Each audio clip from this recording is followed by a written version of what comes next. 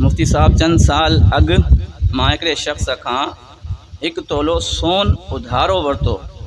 उन वक़्तु सोन जी क़ीमत 70,000 हुई। हाणे सोन जी क़ीमत 1.5 लख रुपया आहे। सवाल इहो आहे त हाणे मां उन शख्स खे 70,000 ॾियां या 1.5 लख ॾियां।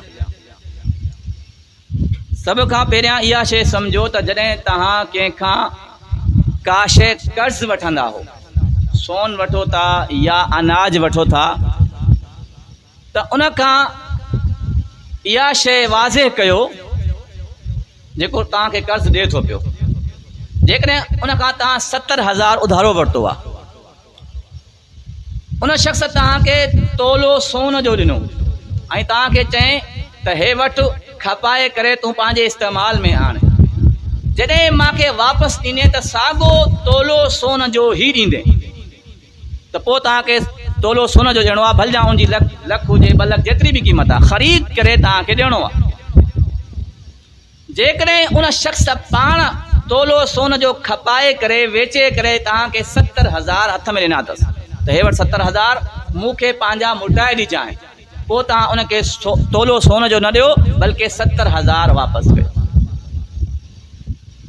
या जेकॾहिं उन काई ॻाल्हि ज़िक्र न कई आहे, मुतलक़न तव्हां उन खां कुझु घुरियो त मूंखे उधारा पैसा ज़रूरत आहिनि, उन तव्हांखे चयो त मूं वटि पैसा न आहिनि, हे वटि सोन ॾियां थो, त पोइ तव्हांखे सोन ई वापसि ॾियणो आहे। छो त तव्हां उन खां वरितो सोन आहे, पैसा न वरिता आहिनि, त सोन जी सूरत में तव्हांखे सोन ई वापसि ॾियणो आहे, भले जा उनजी क़ीमत हेठि हुजे या मथे हुजे।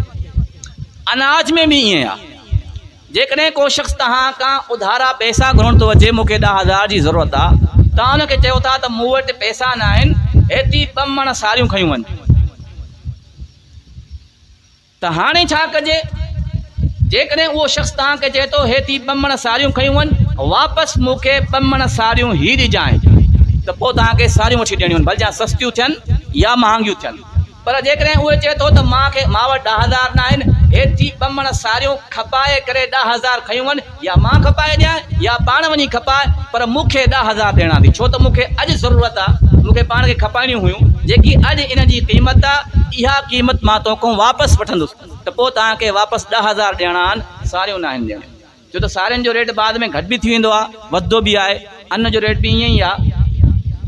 त इन में जेकी शइ मुक़ररु कयो न, उहा शइ ॾियणी आहे। ऐं हमेशह जॾहिं बि कंहिंसां का लेन देन कयो न, कर्ज़ जी लेन देन आहे या कारोबार जी लेन देन आहे, हमेशह उहा लेन देन जा जेके मामलात आहिनि, जेके शराइत आहिनि, जेकी वज़ाहत आहे, उहा कंहिं पर्चे में लिखो। पर्चे में तहरीर करणु इहा नबी साईं जी सुन्नत आहे। जेकी बि लेन देन तव्हां कयो, उनखे तहरीर करणु, चाहे तव्हां पंहिंजे भाउ सां लेन देन कयो, चाहे पंहिंजे वालिद सां लेन देन कयो, चाहे कंहिं बि शख़्स सां लेन देन कयो, उनखे पन्ने में तहरीर करे लिखो। इहा नबी साईं जी सुन्नत आहे। ऐं इन में फ़ाइदो इहो आहे त अॻिते वञी झेड़ो झगड़ो न थींदो आहे। हर शइ वज़ाहत आहे, लिखियलु आहे, लिखत हूंदी त झेड़ो न थींदो, वरना हो पंहिंजी ॻाल्हि कंदो ऐं कर्ज़ु वठण वारो पंहिंजी ॻाल्हि कंदो।